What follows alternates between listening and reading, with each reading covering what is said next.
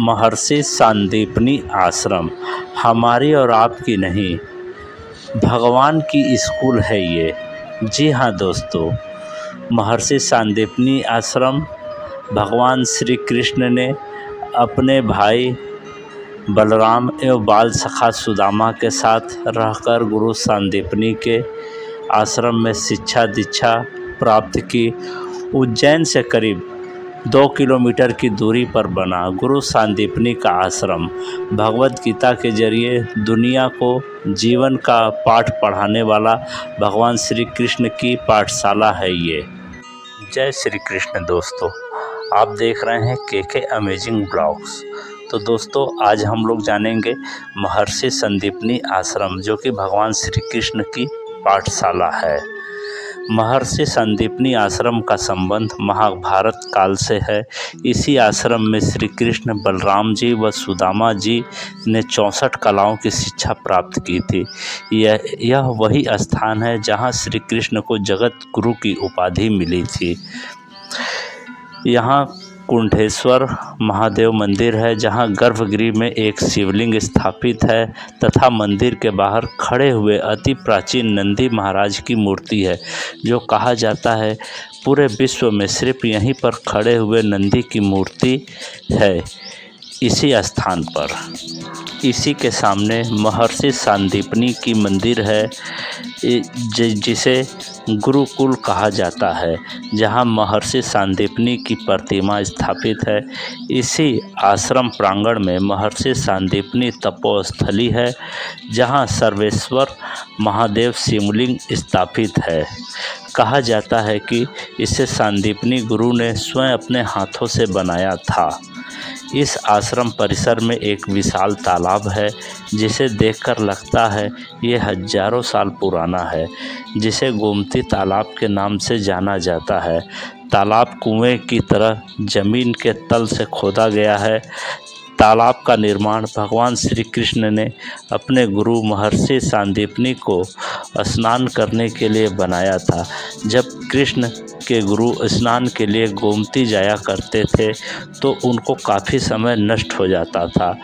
तब श्री कृष्ण ने गुरु की आज्ञा पाकर एक ही बार में गोमती को उज्जैन नगरी में सांदीपनी आश्रम में तालाब के रूप में स्थापित कर दिया, जिससे गुरु को स्नान करने के लिए बाहर जाना न पड़े।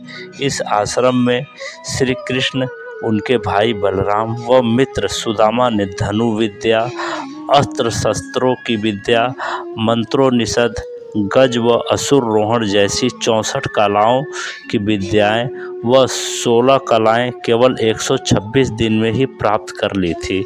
इस आश्रम को अंकपाद भी कहा जाता है, क्योंकि भगवान श्री कृष्ण स्लेट पर लिखे हुए शब्दों को गोमती तालाब में धोकर मिटाते थे, इसलिए इसका नाम अंकपाद पड़ा।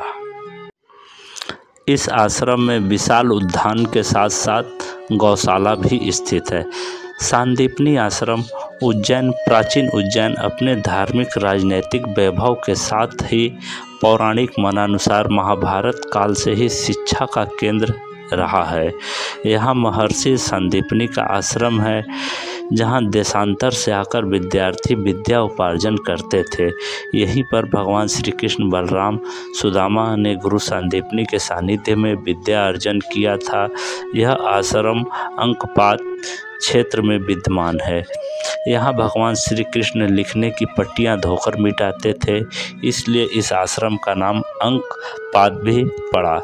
महाभारत, श्रीमद् भागवत कथा, ब्रह्म पुराण, अग्नि पुराण तथा ब्रह्म वैवर्त पुराण में सांदीपनी आश्रम का उल्लेख मिलता है। पुरातात्विक प्रमाण के रूप में चित्रित धूसर पात्र मिले हैं, जिसका संबंध महाभारत काल से है। एक शिला पर एक सुशोषित अंक अंकित है। ऐसा विश्वास किया जाता है ये अंक महर्षि सांदीपनी ने अपने हाथ से लिखे हैं। यहाँ खड़े हुए नंदी की प्रतिमा शुंगकालीन है। यहाँ वैष्णव संप्रदाय के गुरु वल्लभाचार्य की बैठक भी है। श्री जी की कुल 84 बैठकों में से यह बैठक 73वीं है। आश्रम परिसर में भगवान श्री कृष्ण की 64 कलाओं की 64 अलग अलग मुद्राएं चित्रित की गई हैं।